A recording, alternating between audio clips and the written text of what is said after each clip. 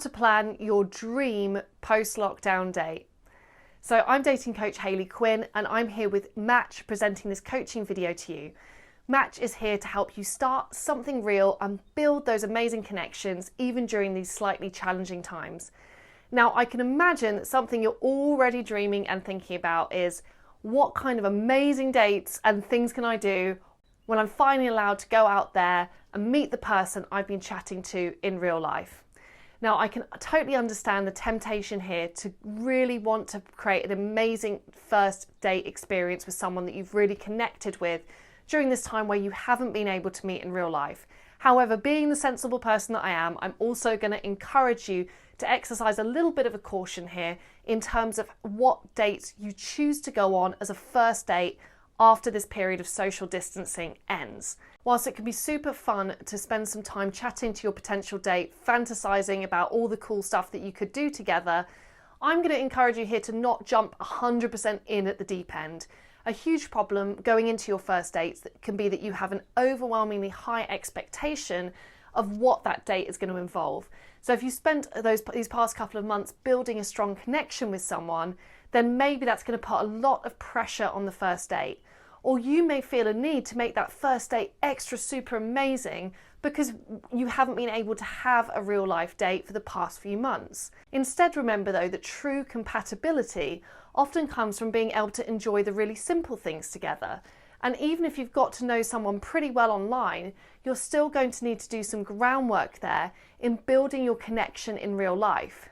Something that could potentially hinder your ability to build this connection and to relax and enjoy that date could be if you start to put lots of pressure on that initial dating experience. If you start to invest too much time, energy, emotions, money, or physicality into that first date, you could instead be creating tons of pressure that's going to be hard for that first date to live up to. So rather than going for a mega first date that either involves you spending a lot of time together, a lot of money, a big emotional investment, or even jumping straight to doing something very physical, I would instead cool off for a second and rewind to what would be a good first date under normal circumstances. Because guess what? If you've been chatting to someone for a couple of months, you're both probably going to be feeling a little bit nervous going into that first date. So you really don't want to put pressure on either of you to have a particular kind of experience.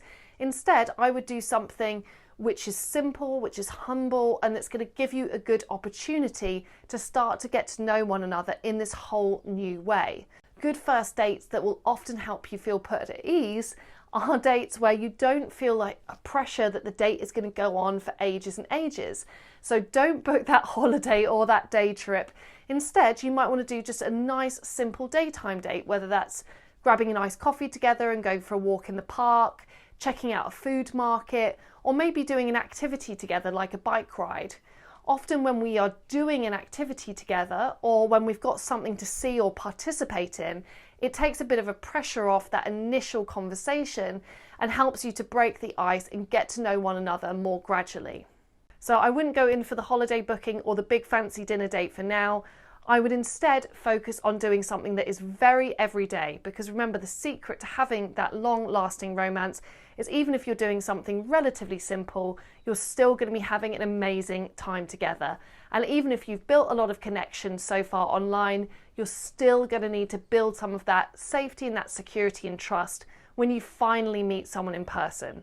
So hold off on that big and amazing date for now until you've got the chance to get to know someone better in real life. And remember, if your partner or your future date is a great match for you, they're not going to expect to do something incredible from the get-go. Instead, they're going to be equally willing to get to know you as a person over a period of time.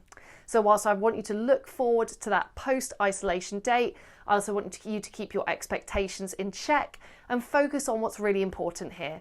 And that isn't that you do some super awesome date, it's actually that you create the best circumstances to have a relaxing experience of getting to know this special person in real life for the first time.